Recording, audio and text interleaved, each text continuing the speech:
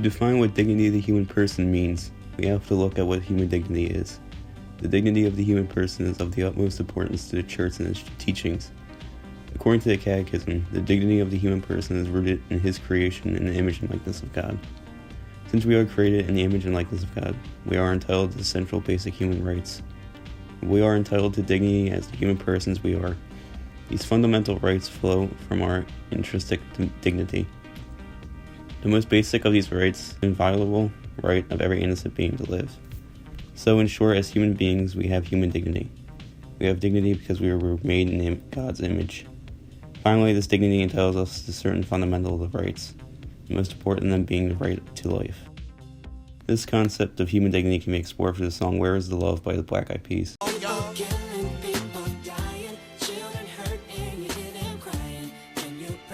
What you preach and what you turn the other cheek. Father, Father, Father, help us, send some guidance from above. These people got me questioning, where is the love? And these lyrics describe the horrors faced by millions across the world. will.i.am describes his confusion over where the love has gone, and these atrocious acts can only happen in an environment absent of love.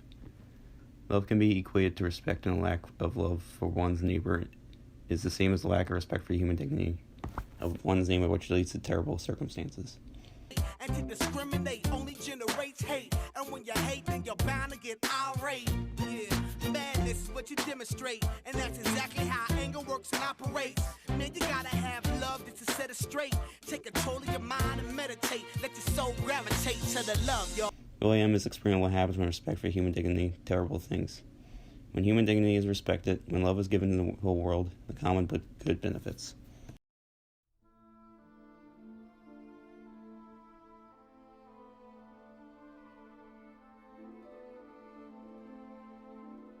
Oskar Schindler was an individual from the Catholic tradition who embodied this topic. He was a member of the Nazi Party during the Second World War, and he began to hire Jews in his factory because they were much cheaper than other workers available due to the oppression they faced during the Holocaust. Eventually, Schindler realized that by hiring so many Jews in his factories, he was saving these Jews from death or internment in a concentration camp because they were exempt due to their job. I want to thank you, sir, for giving me the opportunity to work. You're welcome. I'm sure you're doing a great job. VSS beat me up. They would have killed me, but I'm essential to the war effort. Thanks to you. That's great. He began to love the Jews and respect their human dignity, fundamental rights from the exposure to them in his factories, and the development of a close personal friendship between him and his assistant. So he continued to hire more and more Jews, adding them to his list, Schindler's List, which made them a worker in his factory and saved them from certain death by the hands of the other Nazis. Though the beginnings of his business endeavor were very profitable, he was using the Jews as someone to exploit to make money. He eventually let his compassion for them take over, and he began focusing more on saving them than making money off of them. And he began to spend money into saving them rather than using them to make money, paying to keep his workers, bribing Nazi officials to allow him to operate a business staffed by Jews, keeping his workers fed and clothed, ate away from his savings, and drove him bankrupt during the Second World War.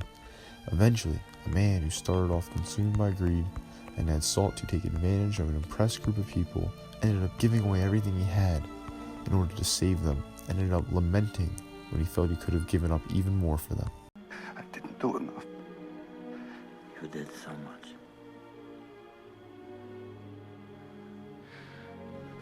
This car. Good would have bought this car. Why did I keep the car? 10 people right there. 10 people.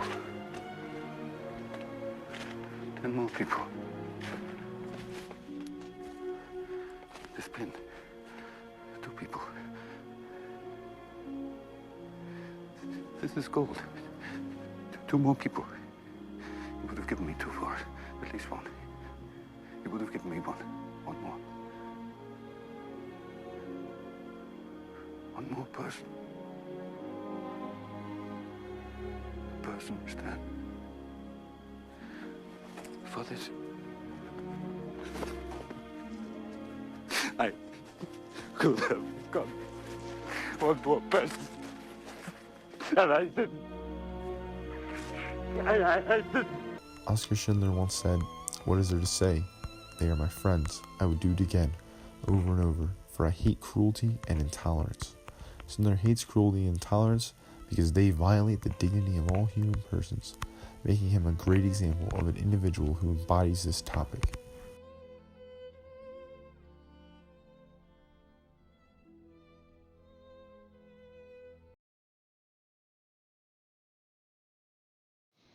A global issue that applies to the theme of dignity of the human person is the lives of citizens of North Korea. The citizens of North Korea have no freedom of speech, movement, religion, and information. The fundamental human right of free will, as entitled to us by our human dignity, is being denied to them. They cannot voice opinions independent of what the state mandates as fact. They cannot travel anywhere without government permission. They cannot access the internet, make phone calls, or listen to the radio. They cannot do anything that would put them at risk of being exposed to anything other than the propaganda pushed onto them by their government. The U.S. imperialists have long been eyeing for a chance for preemptive strike against the Democratic People's Republic of Korea, resulting to acts of espionage on the land, in the sky, and on the sea. This is Pueblo on the spyship of the U.S. imperialist aggression forces captured by our seamen on January the 23rd, 1968. These are the crewmen of Pueblo. There were 83, including 6 officers. But one of them was killed at the time of capture as he attempted to resist. The first thing you realize in North Korea is you're not a tourist.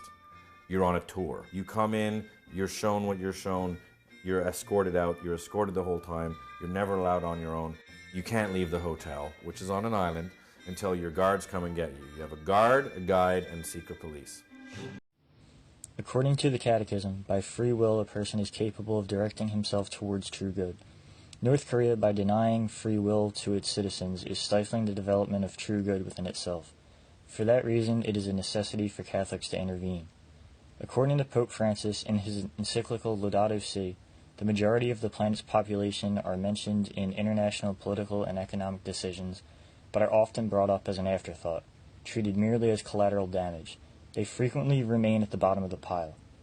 As Catholics, it is imperative that we ensure the people of North Korea are not pushed to the bottom of the pile. They must be the focus of humanitarian efforts in the nation done by Catholics. We must ensure that they have freedom and that their basic human rights are being respected.